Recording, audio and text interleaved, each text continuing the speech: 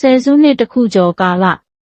1998ခုနှစ်လောက်မှာကိုရီးယားနိုင်ငံရဲ့ဆင်းရဲတဲ့နေရာတစ်ခုမှာစွန်ရီဆိုတဲ့8နှစ်အရွယ်ကလေးမလေးနေထိုင်နေသူ့မိကတရုတ်နိုင်ငံကပြောင်းရွှေ့လာတဲ့ရွှေ့ပြောင်းအလုပ်သမားတစ်ယောက်ဘဝကခက်ခဲတဲ့စားဝတ်နေရေးအပြင်အမေမှာအကျွေးတွေပေးနာတယ်။တစ်နေ့မိုးရွာနေတဲ့နေ့မှာအကျွေးရောင်းတဲ့သူတွေလာရောက်ချင်းချောက်တဲ့ပတ်စံပေးမပေးနိုင်ရင်သူတို့ကအိမ်ထဲဝင်ပြီးသမီးလေးစွန်ရီလက်ရဲ့ခြေထောက်ကိုကျိုးနဲ့တိုင်းကြည့်တယ်ဒါကိုအမေကမြင်တဲ့အခါသူမရဲ့ကဘာကြီးပြိုလဲသွားတယ်သူတို့ကစွန်ရီကိုအတင်းအဓမ္မခေါ်ဆောင်သွားတော့တယ်အမေကဘလောက်ပဲငိုယိုတောင်းပန်ပါစေအကျွေးတောင်းတဲ့လူကြီးဒူဆော့ရဲ့တနာကျင်နာမှုတစ်ဆက်အေးလေးတိုင်းမရရှိခဲ့ပါဘူးစွန်ရီကိုကားပေါ်တင်ပြီးခေါ်သွားကြတယ်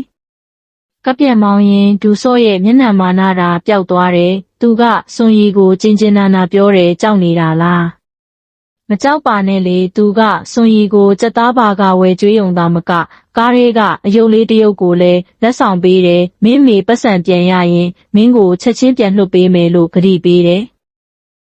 သူ့ရဲ့ပြောင်းလဲမှုကထူးဆန်းတဲ့ကျန်းတန်းတဲ့အကျွေးတောင်းသူကနေနှွေးထွေးတဲ့ဦးလေးတစ်ယောက်ဖြစ်သွားသလိုပါပဲစွန်ရီကမယုံသေးဘူး8နှစ်အရွယ်ကလေးရဲ့စိတ်ထဲမှာကြောက်စိတ်ကပိုကြီးတဲ့ကားကလမ်းပေါ်ရှုပ်ထွေးနေတဲ့အချိန်စွန်ရီကအခွင့်ကောင်းယူပြီးကားထဲကနေထွက်ပြေးသွားတယ်သူမကဒီရက်ကွက်ကိုရင်းနှီးတယ်လိုက်ဖမ်းတဲ့လူကြီး2ယောက်စီကနေလွတ်အောင်ပြေးနိုင်ခဲ့တယ်တစ်ဖက်မှာလည်းအမေရဲ့ရှာဖွေမှုကစတင်နေသူမကသမီးလေးကိုကယ်ဖို့ပတ်စံရှာရင်းခင်ပွန်းဟောင်းစီသွားတောင်းတယ်ဒါပေမဲ့သူမဟာတရားမဝင်နေထိုင်သူဆိုတော့ကူညီမှုမရပဲရဲစီကိုပို့ခံရတယ်နောက်ဆုံးမှာတော့သူမကိုလူဝင်မှုကြီးကြပ်ရေးစခန်းမှာထိန်းသိမ်းခံလိုက်ရတယ်ပြည်နှင်တန်းပေးဖို့စီစဉ်နေကြတယ်ဒီအခြေအနေမှာအမေကဘသူ့ကိုမှအားကိုးလို့မရတော့ဘူးသူမရဲ့နောက်ဆုံးရွေးချယ်စရာကသမီးကိုခေါ်ဆောင်သွားခဲ့တဲ့ဒူဆော့ပဲသူမကဒူဆော့ကိုတရားရုံးကနေဖုံးဆက်ပြီးတောင်းပန်တဲ့ကျေးဇူးပြုပြီးကျမသမီးလေးကိုခေတ္တလေးဆောက်ရှောက်ပေးပါကျမပတ်စံရှာပြီးတာနဲ့ပြန်ယူမယ်လို့ငိုယိုပြီးတောင်းပန်တယ်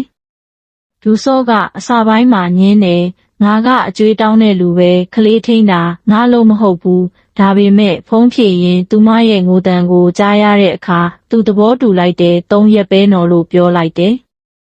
ဒါပေမဲ့ပြဿနာကစွန်ရီကပြေးပြီးသွားပြီးဒူဆော့ကစွန်ရီကိုပြန်ရှာဖို့အပြေးလွှားဖြစ်သွားရတယ်။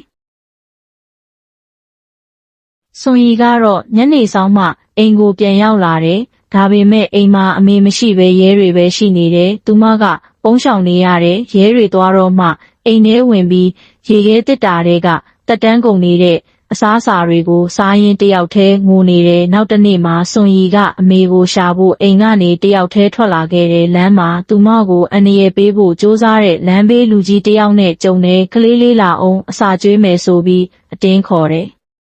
ဒီအခိုက်အတန့်မှာပဲဒူဆော့ရောက်လာတယ်သူကလမ်းဘေးကလူကြီးကိုတွန်းဖယ်ပြီးစွန်ရီကိုကာကွယ်ပေးလိုက်တယ်ဒီကောင်မလေးကငါသမီးပါလို့အော်လိုက်တယ်စွန်ရီကဒူဆော့ကိုမြင်တဲ့အခါသူမရဲ့မျက်လုံးထဲမှာအလင်းရောင်တစပြန်လည်ဝင်ရောက်လာသလိုခံစားရတယ်။သူမကဒူဆော့ရဲ့လက်ကိုယုံကြည်စွာနဲ့လက်ကင်လိုက်တယ်။ဒါကသူတို့2ယောက်ကြားပထမဆုံးယုံကြည်မှုပထမဆုံးဆက်သွယ်မှုပါပဲ။ဒူဆော့ကစွန်ရီကိုသူနေတဲ့အိမ်ကိုခေါ်သွားတယ်။ဒူဆော့ရဲ့အိမ်ကဆေးရဲပေမဲ့တန်ရှင်းတယ်။သူ့မှာအကိုဝမ်းကွဲတယောက်ဂျောင်ဘေးဆိုတာလည်းရှိတယ်။စွန်ရီကဒီအိမ်မှာနေရတာတက်တောင့်တက်တာဖြစ်လာတယ်သူမကအိမ်မှုကိစ္စလေးတွေကူညီတယ်ညစာချက်ပြုတ်တယ်ဒူဆော့နဲ့ဂျောင်ဘေးတို့ကိုဦးလေးလို့ခေါ်တယ်မကြခင်မှာပဲစွန်ရီရဲ့ဘဝတဲကိုသူမရဲ့သွေးသားတော်ဆက်သူဦးလေးတယောက်ကဖုံးဆက်လာတယ်မကြခင်မှာစွန်ရီကိုလာခေါ်မယ်လို့ပြောတယ်ဒီသတင်းကိုကြားတဲ့အခါဒူဆော့ဂျောင်ဘေးစွန်ရီ3ယောက်သားရဲ့စိတ်ထဲမှာဝမ်းနည်းမှုတွေစတင်ဝင်ရောက်လာတယ်ခွဲခွာခါနီး3ရက်အတွင်းမှာဒူဆော့ကစွန်ရီကိုအပြည့်အဝဖခင်တယောက်လိုဆက်ဆံခဲ့တယ်။သူတို့ကုံတိုက်သွားတယ်။စွန်ရီအတွက်အဝတ်အစားအသစ်တွေဝယ်ပေးတယ်။စွန်ရီသဘောကျတဲ့အဆိုတော်ရဲ့ဖျော်ဖြေပွဲကိုခေါ်သွားတယ်။ဒူဆော့ကသူ့မှာရှိသမျှပတ်စံနဲ့စွန်ရီအတွက်လက်ဆောင်တွေဝယ်ပေးခဲ့တယ်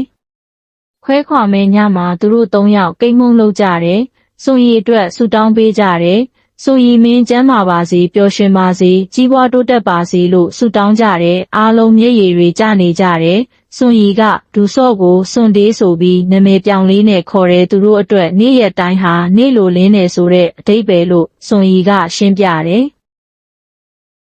နောက်တစ်နေ့ဘူတာယုံမှာဒူဆော့ကစွန်ရီကိုနှုတ်ဆက်လိုက်တယ်သူကစွန်ရီအတွက်အိတ်ဆောင်တေးတံပေးဆက်တစ်လုံးဝယ်ပေးထားတယ်ဒီထဲမှာငါအတန်သွင်းထားတယ်ငါကိုလွမ်းရင်နားထောင်တော့လို့ပြောတယ်စွန်ရီကမျက်ရည်တွေယိုကျရင်ဦးလေးဖြစ်သူနဲ့ထွက်ခွာသွားခဲ့တယ်ဒူဆော့ကစွန်ရီပြန်မလှည့်ကြည့်တဲ့အထိရက်နေပြီးလက်မုံနေမိတယ်စွန်ရီထွက်သွားပြီးဒူဆော့ရဲ့စိတ်ထဲမှာတခုခုမှားယွင်းနေတယ်လို့ခံစားရတယ်သူကစွန်ရီကိုဖုန်းခေါ်တယ်ဒါပေမဲ့ဖုန်းကကိုင်နေအကြောင်းမပြန်ဘူးဒူဆော့ကစိတ်မချမ်းသာဖြစ်ပြီးစွန်ရီရဲ့ဦးလေးအိမ်ကိုလိုက်သွားတယ်အဲ့ဒီမှာအမှန်တရားကိုသိလိုက်ရတယ်စွန်ရီရဲ့ဦးလေးဆိုသူဟာစွန်ရီကိုပတ်စံနဲ့ရောင်းစားလိုက်တာဖြစ်ပါတယ်ဒူဆော့ရဲ့ကဘာကြီးတစ်ခါထပ်ပြီးလဲပတ်သွားသလိုခံစားရတယ်။သူအရန်ဒေါသထွက်သွားတယ်။စုံစမ်းတော့စွန်ရီကိုရေဖြာဆိုင်တစ်ခုမှာအလုပ်ခိုင်းနေတယ်ဆိုတာသိလိုက်ရတယ်။ဒီနေရာကကလေးတွေအတွက်လုံခြုံမှုမရှိဘူး။တညမှာအရက်မူးနေတဲ့ဧည့်သည်တစ်ယောက်ကစွန်ရီကိုနှောက်ယှက်တယ်။စွန်ရီကခုခံတဲ့အခါအဲ့ဒီလူကတံပရာရည်ပလင်းနဲ့စွန်ရီရဲ့မျက်နှာကိုရိုက်လိုက်တယ်။စွန်ရီရဲ့မျက်နှာကဒဏ်ရာရသွားတယ်။အဲ့ဒီအချိန်မှာစွန်ရီကသူမရဲ့အိတ်ဆောင်တေးတံပေးဆက်ထဲမှာတင်ထားတဲ့ဒူဆော့ရဲ့နေရာကိုဖုန်းဆက်နိုင်ခဲ့တယ်။စွန်ဒေးကိုကဲပါဦးလို့ပြောလိုက်တယ်။ဒူဆော့ကဖုန်းကစွန်ရီရဲ့အကူအညီတောင်းတန်ကိုကြားရတဲ့အခါသူချက်ချင်းထွက်သွားတယ်။ကားလာအိုကေးဆိုင်ရောက်တော့မှန်တကားကိုလက်သီးနဲ့ထိုးခွဲပစ်လိုက်တယ်။ဆိုင်ထဲမှာသူ့စွန်ရီကိုတွေ့သွားတယ်။မျက်နှာကသွေးတွေနဲ့မျက်လုံးထဲမှာကြောက်ရွံ့မှုတွေနဲ့ဒူဆော့ကိုကြည့်နေတယ်။ဒူဆော့ရဲ့စိတ်ထဲမှာဒေါသဝမ်းနည်းမှုအပြစ်ရှိမှုစိတ်တွေရောထွေးသွားတယ်။သူကစွန်ရီကိုချီပွေပြီးဒီနေရာကနေခေါ်ထွက်သွားတယ်။အပြန်လမ်းမှာကားထဲမှာစွန်ရီကဒူဆော့ရဲ့လက်သီးနဲ့ခွဲထားတဲ့ဒဏ်ရာကိုသူ့အင်ဂျီလက်နဲ့တုပ်ပေးနေတယ်။ဒီခိုက်တန့်လေးမှာဒူဆော့ရဲ့စိတ်ထဲမှာတခုခုဆုံးဖြတ်လိုက်တယ်။သူစွန်ရီကိုအပေါင်ပစ္စည်းအဖြစ်မဟုတ်တော့ဘူးသူသမီးရင်းတယောက်အနေနဲ့တန်ဖိုးထားစောင့်ရှောက်မယ်လို့ဆုံးဖြတ်လိုက်တယ်။အဲ့ဒီနေ့ကစပြီးဒူဆော့ရဲ့ဘဝဟာလုံးဝပြောင်းလဲသွားတယ်။သူကသူ့ရဲ့ကားကိုတောင်ရောင်းပစ်လိုက်တယ်။စွန်ရီရဲ့မျက်နှာမှာအမာရွတ်မကြံအောင်ခွဲစိတ်ကုသမှုအတွက်ပတ်စံအကုန်ခံပြီးကုသပေးခဲ့တယ်။သူကစွန်ရီကိုကြောင်းထားတယ်ပညာတတ်ကြီးဖြစ်အောင်အားလုံးထောက်ပံ့ပေးခဲ့တယ်။စွန်ရီကလည်းအဖေဖြစ်သူဒူဆော့ကိုဂုဏ်တက်စေခဲ့တဲ့အကြောင်းမှာအမြဲတမ်းအမှတ်ကောင်းရတဲ့ထူးချွန်တဲ့ကျောင်းသူလေးဖြစ်လာခဲ့တယ်။ဒူဆော့နဲ့စွန်ရီဟာသွေးသားအတူတူဖခင်နဲ့သမီးထက်ပိုပြီးခိုင်မာတဲ့ဆက်ဆံရေးရှိလာကြတယ်။စွန်ရီကြီးပြင်းလာတယ်တက္ကသိုလ်တက်တဲ့အရွယ်ရောက်လာတယ်။တနေ့မှသူမရဲ့အဖွားစီကဖုန်းလာတဲ့အမေဖြစ်သူဟာနောက်ဆုံးအဆင့်ဖျားနာနေပြီဆိုတဲ့သတင်းကိုကြားလိုက်ရတယ်။ဒူဆော့ကသူ့သမီးကိုသူ့အမေနဲ့နောက်ဆုံးအကြိမ်တွေ့ခွင့်ပေးခဲ့တယ်မိခင်နဲ့သမီးနှစ်ယောက်ပြန်ဆုံကြတယ်။အမေကတေဆုံးခါနီးမှာအမှန်တရားကိုပြောပြခဲ့တယ်။စွန်ရီရဲ့အဖေရင်းဟာတေဆုံးသွားတာမဟုတ်ဘူးသူတို့မိသားစုကိုစွန့်ပစ်သွားတာကိုပြောပြလိုက်တယ်ပြီးတော့စွန်ရီကိုသူ့အဖေရင်းနဲ့တွေ့ခွင့်ပေးဖို့ဒူဆော့ကိုတောင်းဆိုခဲ့တယ်။ဒူဆော့ကစွန်ရီကိုသူမရဲ့အဖေရင်းနဲ့တွေ့ဆုံဖို့စီစဉ်ပေးခဲ့တယ်။ဒါပေမဲ့စွန်ရီကအဖေရင်းကိုလက်မခံခဲ့ဘူးသူမကဒူဆော့စီကိုပြန်လာပြီးပြောလိုက်တယ်။ကျမအဖေကစွန်ဒေးပါပဲကျမကိုတဘဝလုံးစောင့်ရှောက်ခဲ့တဲ့လူပါပဲ။ပြီးတော့စွန်ရီကဒူဆော့ကိုပထမဆုံးအကြိမ်ဖေလို့ခေါ်လိုက်တယ်။ဒီစကားလုံးကိုကြားတဲ့အခါဒူဆော့ရဲ့မျက်လုံးထဲမှာမျက်ရည်တွေကျလာတယ်။သူ့ရဲ့တဘဝလုံးဒီစကားလုံးအတွက်စောင့်ဆိုင်နေခဲ့သလိုပါပဲသူပြုံးပြီးငိုလိုက်တယ်ပျော်လိုက်တယ်သူ့သမီးကိုပြန်ကြိုဖို့ထွက်လာတယ်။ဒါပေမဲ့သူထွက်လာတဲ့လမ်းမှာမတော်တဆမှုဖြစ်ခဲ့တယ်။ဒူဆော့ဟာဆယ်စုနှစ်တစ်ခုစာပျောက်ဆုံးမလှပဲပျောက်ဆုံးသွားခဲ့တယ်။စွန်ရီကြီးပြင်းလာတဲ့အောင်မြင်တဲ့လူငယ်တစ်ယောက်ဖြစ်လာတယ်။ဒါပေမဲ့သူမရဲ့ရင်ထဲမှာအမြဲကျန်ရစ်နေတဲ့နာကျင်မှုတစ်ခုရှိနေတယ်သူမရဲ့အဖေဒူဆော့ကိုပြန်မတွေ့ရတော့တဲ့နာကျင်မှုပါပဲ။စွန်ရီကသူမရဲ့အိတ်ဆောင်တေးတံပေးဆက်ကိုငကြက်ထဲထည့်ထားတယ်။အထဲမှာ